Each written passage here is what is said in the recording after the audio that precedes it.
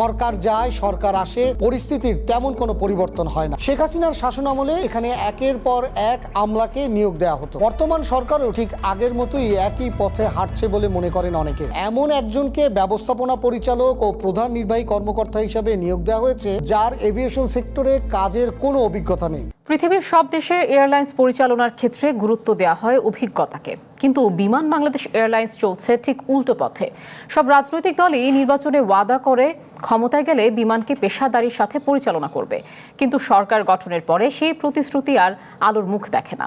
বরং বরাবরই বিমানের ব্যবস্থাপনার দায়িত্বে বসানো হয় অনভিজ্ঞদের। অ্যাভিয়েশন বিশেষজ্ঞরা মনে করেন শুধু দুর্নীতি নয়, বরং বিমানের ব্যবসা সফল হতে না পারার অন্যতম কারণ সংশ্লিষ্টদের অনভিজ্ঞতা।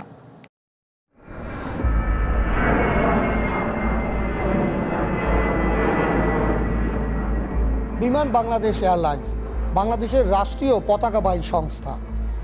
এই প্রতিষ্ঠানটির প্রতি প্রতিটি বাংলাদেশেরই আবেগ জড়িয়ে আছে, কারণ পৃথিবী জুড়ে এটি বাংলাদেশের পতাকা বহন করে বেড়ায়। কিন্তু বছরের পর বছর এই প্রতিষ্ঠানটি লোকসানে আছে। পরিচালনা পদ্ধতি নিয়েও আছে নানা প্রশ্ন। সরকার যায় সরকার আসে, পরিস্থিতির তেমন কোনো পরিবর্তন হয় না, কারণ কোনো সরকারই বিমানকে ব্যবসায়িক দৃষ্টিভঙ্গিতে দেখে না বলে অভিযোগ সংশ্লিষ্টদের। শেখ হাসিনার শাসনামলে এখানে একের পর এক আমলাকে নিয়োগ দেওয়া হতো, যারা হয়তো মৎস্য, পাট, ডাক বা নারী শিশু মন্ত্রণালয় থেকে এসে বিমান চালানোর দায়িত্বে বসতেন। আবার 6 থেকে 1.5 বছরের মধ্যে সেই পাটে কিংবা মাছে ফেরত যেতেন। বর্তমান সরকারও ঠিক আগের মতোই একই পথে হাঁটছে বলে মনে করেন অনেকে, কারণ এমন একজনকে ব্যবস্থাপনা পরিচালক ও প্রধান নির্বাহী কর্মকর্তা হিসাবে নিয়োগ দেওয়া হয়েছে যার এভিয়েশন সেক্টরে কাজের কোনো অভিজ্ঞতা নেই। পৃথিবীতে হয়তো একমাত্র বাংলাদেশেই বারবার এই পদে এমন লোকদের নিয়োগ দেওয়া হয় যাকে যোগদানের পর এভিয়েশনের অ আ ক খ শিখতে হয় তার নিচের পদের লোকদের কাছ থেকে। এভাবে কি কোনো এয়ারলাইন্স পেশাদারিত্বের সাথে কাজ করতে পারে? এই প্রশ্ন দশকের পর দশক ধরে চলছে, কিন্তু কোনো উত্তর মেলেনি। গত 7 এপ্রিল কাইজার সোহেল আহমেদকে বিমানের ব্যবস্থাপনা পরিচালক ও প্রধান নির্বাহী কর্মকর্তা হিসেবে নিয়োগ দিয়েছে সরকার। কাইজার সোহেল আহমেদ বিমান বাহিনীর স্কোয়াড্রন লিডার হিসেবে অবসর নেন। এরপর তিনি বাংলাদেশে গ্যাস উত্তোলনের কাজে নিয়োজিত আমেরিকান কোম্পানি শেভরনে প্রজেক্ট অ্যাসুরেন্স টিম লিড হিসেবে যোগদান করেন। সেখানেই তিনি কর্মরত ছিলেন। গ্যাস উত্তোলনের কোম্পানি থেকে এখন তিনি সরাসরি বিমান উড়াতে চলে এসেছেন। এখন চলুন বাংলাদেশ বিমানের বিভিন্ন পদে চাকরির যোগ্যতা কি হতে পারে সেই লিখিত ম্যানুয়াল বা নীতিমালায় কি আছে সেটি দেখে আসি। বিমানের নিজস্ব জব স্পেসিফিকেশন ম্যানুয়ালে লেখা আছে, বিমানের ব্যবস্থাপনা পরিচালক ও প্রধান নির্বাহী কর্মকর্তাকে কোনো এয়ারলাইন্সের পরিচালক পদে কমপক্ষে 3 বছর সহ মোট 15 বছরের কাজের অভিজ্ঞতা থাকতে হবে। কিন্তু কাইজার আহমেদের সেই সব অভিজ্ঞতার কোনোটাই নেই। তিনি তার চাকরি জীবনে কখনোই কোনো বাণিজ্যিক এয়ারলাইন্সে চাকরি করেননি। এই ম্যানুয়ালের 3 নম্বরে বলা আছে, প্রধান নির্বাহীকে অন্য এয়ারলাইন্সের বিভিন্ন সেবা প্রতিষ্ঠান, আর্থিক প্রতিষ্ঠান, উড়োজাহাজ লিজদানকারী প্রতিষ্ঠান ও এয়ারলাইন্সের নিয়ন্ত্রণ কর্তৃপক্ষের সাথে দর কষাকষি করার যোগ্যতা থাকতে হবে। কোনো দিন কোনো এয়ারলাইন্সে কাজ না করা ব্যক্তি কি যথাযথ আত্মবিশ্বাসের সাথে এগুলো করতে পারবেন? এসব বিষয় নিয়ে কথা বলেছি এভিয়েশন সেক্টরে কয়েক দশক ধরে কাজ করা দুজন বিশেষজ্ঞের সাথে। We fly passenger. Military version like they fly aircraft. Here in the commercial airlines they fly passenger. So যখনই আমি কথাটা বলি এই যে ফিলোসফিটা এটা একটা ডিফারেন্ট ইস্যু, এখানে অনেক কিছু পার্সপেক্টিভ রয়ে গেছে। এটা বুঝতে হবে যে আমি একজন পাইলট বা আমি একজন ইঞ্জিনিয়ার, আমি জানি ইঞ্জিনিয়ারিং কি, আমি জানি পাইলটিং কি, বাট এটাতে তো কমার্শিয়াল এয়ারলাইন্স চলে না। উনি হয়তো কর্পোরেট ব্যক্তিত্ব, কর্পোরেট অনেক কাজ করেছেন অনেক দিনে, কিন্তু এয়ারলাইন্সের টাকে ডিফারেন্ট ব্যাপার। এখানে অনেকগুলো কমপ্লেন্স আপনাকে মিট করতে হয়, এখানে লিজের মতন বিষয় ডিল করতে হয়, এখানে এয়ারক্রাফট প্রক্রিয়ার মতন বিষয় ডিল করতে হয়। সেই জায়গায় অবশ্যই যিনি চিফ এক্সিকিউটিভ তার একটা অভিজ্ঞতা থাকলে অনেক বেশি লাভ, অনেক বেশি নিয়ে যেতে পারে। এবং এই কারণে কিন্তু গত 54 বছর বা 50 বছরে বিমান এগিয়ে যেতে পারেননি। শুধু সিইও বা ম্যানেজিং ডাইরেক্টর পজিশন না, মেজর মেজরিটি অফ দি কি পজিশনসগুলো যদি আমরা বিমানের চিন্তা করি, ডাইরেক্টর সেলস মার্কেটিং থেকে শুরু করে বা অন্যান্য আর যেসব ডাইরেক্টরেট আছে, বেশিরভাগই কিন্তু ওই সরকারি আমলা দ্বারা নিয়ন্ত্রিত আর কি। গত 54 বছরে বা 55 বছরে 47 জন ম্যানেজিং ডিরেক্টর বা সিইও এসছেন আর কি এই পদে আর কি। তো অ্যাভারেজ আমরা যদি দেখি যে একটা বিমানের ওই পজিশনে একজন 1 বছর 1.5 বছর, এমন আমরা দেখেছি যে মাত্র 3 মাসের জন্য একটা এমডি এসেছেন। কমার্শিয়াল, আমি যেটা মনে করি যে একটা commercial airline should be given the chance to run like a commercial organisation. এবার আসি এমডির পরেই যিনি আছেন তার বিষয়ে। সৈয়দ মঈনুদ্দিন আহমেদকে বর্তমান সরকার ডিএমডি হিসেবে নিয়োগ দেয়।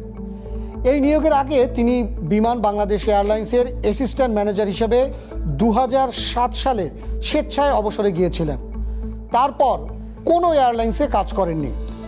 অ্যাসিস্ট্যান্ট ম্যানেজারের ওপরে আছে ডেপুটি ম্যানেজার, তারপর ম্যানেজার, এজিএম, ডিজিএম, জিএম এবং তারপরে হলো ডিরেক্টর। অর্থাৎ ডিরেক্টর পদের 5 ধাপের নিচের পদে থেকে তিনি স্বেচ্ছায় অবসরে গিয়ে লন্ডনে চলে গিয়েছিলেন। মাঝের 19 বছর এভিয়েশনের সাথে জড়িত না থেকেই তিনি সরাসরি ডিএমডি হয়ে গেছেন। এবার আসুন আমরা একটা তুলনামূলক বিশ্লেষণ করি। পৃথিবীর বিভিন্ন দেশের রাষ্ট্রীয় পতাকাবাহী বিমানগুলোর প্রধান নির্বাহী কারা এবং তাদের কাজের অভিজ্ঞতা কতটুকু। আমাদের পাশের দেশ ভারতের রাষ্ট্রীয় বিমান সংস্থা এয়ার ইন্ডিয়ার ব্যবস্থাপনা পরিচালক ও প্রধান নির্বাহী কর্মকর্তা হিসেবে যিনি আছেন তার নাম ক্যাম্পবেল উইলসন। তিনি 27 বছর ধরে সিঙ্গাপুর এয়ারলাইন্স সহ পৃথিবীর বিভিন্ন এয়ারলাইন্সে কাজ করে এখন প্রধান নির্বাহী কর্মকর্তা হিসেবে এয়ার ইন্ডিয়ায় আছেন। এরপরে আসি মালয়েশিয়ান এয়ারলাইন্সে। সেখানে প্রধান নির্বাহী কর্মকর্তা হিসেবে আছেন ক্যাপ্টেন নাসিরুদ্দিন বাকের। তিনি চাকরি শুরু করেছিলেন মালয়েশিয়ান এয়ারলাইন্সে। এরপর বিভিন্ন পদে চাকরি করে 30 বছরের অভিজ্ঞতা সঞ্চয় শেষে এখন মালয়েশিয়ান এয়ারলাইন্সের সিইও হিসাবে আছেন। আমাদের পাশের ক্ষুদ্র একটি দেশ মালদ্বীপ, সেখানকার মালদ্বীভিয়ান এয়ারলাইন্সের ব্যবস্থাপনা পরিচালক ইব্রাহিম আইয়াস, যার কাজের অভিজ্ঞতা এই এভিয়েশন সেক্টরে 16 বছরের। আর সিঙ্গাপুর এয়ারলাইন্সে যিনি প্রধান নির্বাহী হিসেবে কাজ করছেন তার এভিয়েশনের পূর্ব অভিজ্ঞতা 35 বছরের। একটি এয়ারলাইন্স অভিজ্ঞতা দিয়ে যে কোথায় চলে যেতে পারে তার একটি তুলনামূলক বিশ্লেষণ করতে চাই এমিরেটসের সাথে। এই তুলনাটি আমরা করছি এই কারণে যে 1972 সালে বাংলাদেশ বিমান প্রতিষ্ঠা হওয়ার 13 বছর পরে 1985 সালে এমিরেটস এয়ারলাইন্স প্রতিষ্ঠা হয়েছিল, কিন্তু তারা এখন বিশ্বের 1 নম্বর এয়ারলাইন্স হিসেবে স্বীকৃত হয়েছে। বিমান বাংলাদেশ এয়ারলাইন্সে এখন 21টি উড়োজাহাজ রয়েছে, আর অন্যদিকে এমিরেটসের রয়েছে 269টি। বিমান বাংলাদেশ এয়ারলাইন্স 15টি দেশের 23টি শহরে কাজ করে। এমিরেটসের ফ্লাইট যায় 85টি দেশের 158টি শহরে। এটি তারা করতে পেরেছে তার অনেক কারণের একটি কারণ, তারা এটিকে শুধু ব্যবসা হিসেবেই দেখেছে। কারণ প্রথম থেকেই এমিরেটস 1 নম্বর হবার জন্য অভিজ্ঞতার সুযোগ দিয়েছে। তাদের ব্যবস্থাপনা পরিষদটি যদি আমরা একটু দেখি তাহলে বুঝতে পারবো সেখানে অভিজ্ঞতার দাম কতটা দেয়া হয়েছিল। স্যার টিম ক্লার্ক, তাকে এখন এভিয়েশন ইন্ডাস্ট্রির সবচেয়ে অভিজ্ঞ এবং পায়োনিয়ার বলা হয়। তাকে 1985 সালে হেড অফ এয়ারলাইন্স প্ল্যানিং হিসেবে নিয়োগ দেওয়া হয়েছিল। 1985 সালে যোগ দেবার পর থেকে আজ পর্যন্ত তিনি এই এমিরেটসে আছেন এবং এখন তিনি প্রতিষ্ঠানটির প্রেসিডেন্ট। প্রধান নির্বাহী কর্মকর্তা অর্থাৎ সিইও হিসেবে আছেন আদেল আহমেদ আল রেদা। তিনি এমিরেটসে 1988 সালে অপারেশনস টিমে যোগ দেন এবং 38 বছর পর প্রধান নির্বাহী কর্মকর্তা হয়েছেন। প্রতিটি রাজনৈতিক দলেরই নির্বাচনী অঙ্গীকার থাকে বিমানকে তারা পেশাদারিত্বের সাথে চালাতে চান, কিন্তু ক্ষমতায় গিয়ে তারা এমন সব লোকদের ব্যবস্থাপনা পর্ষদে নিয়োগ দেন যাদের যোগ্যতা, অভিজ্ঞতা, দক্ষতা সবসময় প্রশ্নবিদ্ধ থাকে। বিগত সরকার ছিল আমলা নির্ভর, বর্তমান সরকার ঠিক আমলাদের হাতে না দিয়ে অনভিজ্ঞদের হাতে বিমানকে তুলে দিয়েছে। এসবের ফল হলো পুরো এয়ারলাইন্সের মধ্যেই এখন চলছে তুগলকি কাণ্ড। 18ই মে বিমানের মহাব্যবস্থাপক মোহাম্মদ মিজানুর রশিদকে প্রশাসন ও মানব সম্পদ বিভাগের পরিচালক হিসেবে পদোন্নতি দেওয়া হয়। তার বিরুদ্ধে আগে থেকেই নানা অভিযোগ দুদক তদন্ত করছিল। এই পদোন্নতি দেওয়ার কয়েক ঘন্টার মধ্যেই সেই চিঠি আবার প্রত্যাহার করে নেওয়া হয়। একই ব্যক্তিকে আবার পরদিন বরখাস্ত করা হয়। যেই ব্যক্তিকে পছন্দ করে একদিন আগে পদোন্নতি দিলেন, সেই একই ব্যক্তিকে আবার পরদিন বরখাস্ত করলেন। এটা কোন ধরনের প্রশাসনিক দক্ষতা?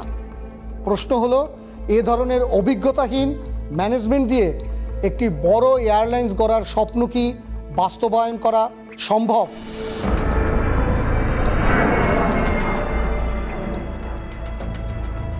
Parvez Reza, one news, Dhaka.